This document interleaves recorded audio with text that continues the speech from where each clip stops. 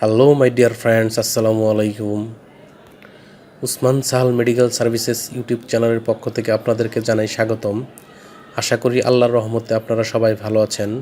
বন্ধুগণ, আজকের ভিডিওতে আমি আপনাদের সাথে বাচ্চাদের এবং প্রাপ্তবয়স্কদের অ্যাজমা, শ্বাসকষ্ট, অ্যালার্জি, চুলকানি, হাঁচি, কাশি, নিঃশ্বাসের সাই সাই শব্দ ইত্যাদি সমস্যার সমাধানে অত্যন্ত কার্যকরী একটি মেডিসিন এবং মেডিসিনটির নাম, দাম, গ্রুপ বা জেনেরিক নাম, প্রস্তুতকারক কোম্পানির নাম, খাওয়ার নিয়ম এবং এর সাইড এফেক্টস বা পার্শ্ব প্রতিক্রিয়া সম্পর্কে আলোচনা করব।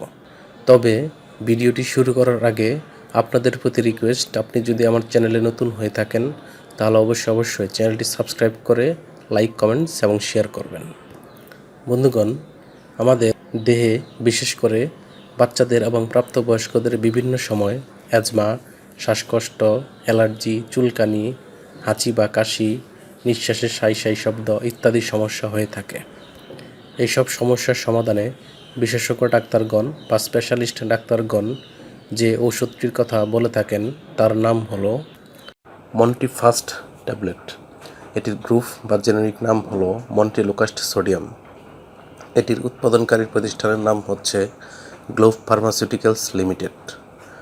মন্টিফাস্ট ট্যাবলেট, যেটি বাচ্চাদের জন্য এবং যেটির মাত্রা 4 মিলিগ্রাম, সেটির প্রতি পিসের দাম 7 টাকা।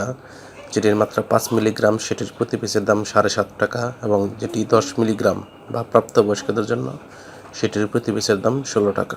এটি খাওয়ার নিয়ম হচ্ছে 6 মাস থেকে 5 বছর বয়সী শিশুদের জন্য 4 মিলিগ্রামের একটি করে ট্যাবলেট দিনে একবার। যে সমস্ত শিশুদের বয়স 2 বছর থেকে 4 বছর তাদের ক্ষেত্রে 4 মিলিগ্রামের প্রতিটি ট্যাবলেট দিনে একবার, এবং যাদের বয়স 6 থেকে 15 বছর বয়স তারা 5 মিলিগ্রামের একটি করে ট্যাবলেট দিনে একবার সেবন করতে পারবে। অন্যদিকে যাদের বয়স 15 বছর বা তার ঊর্ধ্বে তারা 10 মিলিগ্রামের একটি করে ট্যাবলেট দিনে একবার সেবন করতে পারবে।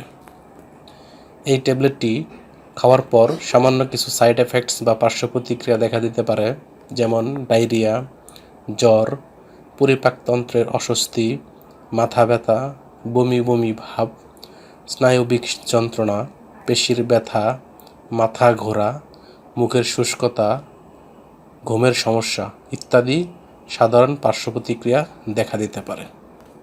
গর্ভাবস্থায় এবং স্তন্যদানকালীন সময়ে এই ঔষধটি সেবনের পূর্বে অবশ্যই রেজিস্টার্ড চিকিৎসক বা বিশেষজ্ঞ ডাক্তারের পরামর্শ নিয়ে এই ঔষধ সেবন করতে হবে।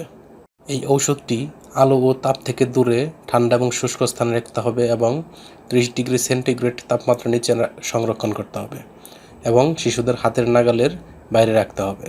একই সাথে ঔষধটি ক্রয়ের পূর্বে অবশ্যই এর উৎপাদন তারিখ এবং মেয়াদ উত্তীর্ণের তারিখ দেখে নিতে হবে। ধন্যবাদ।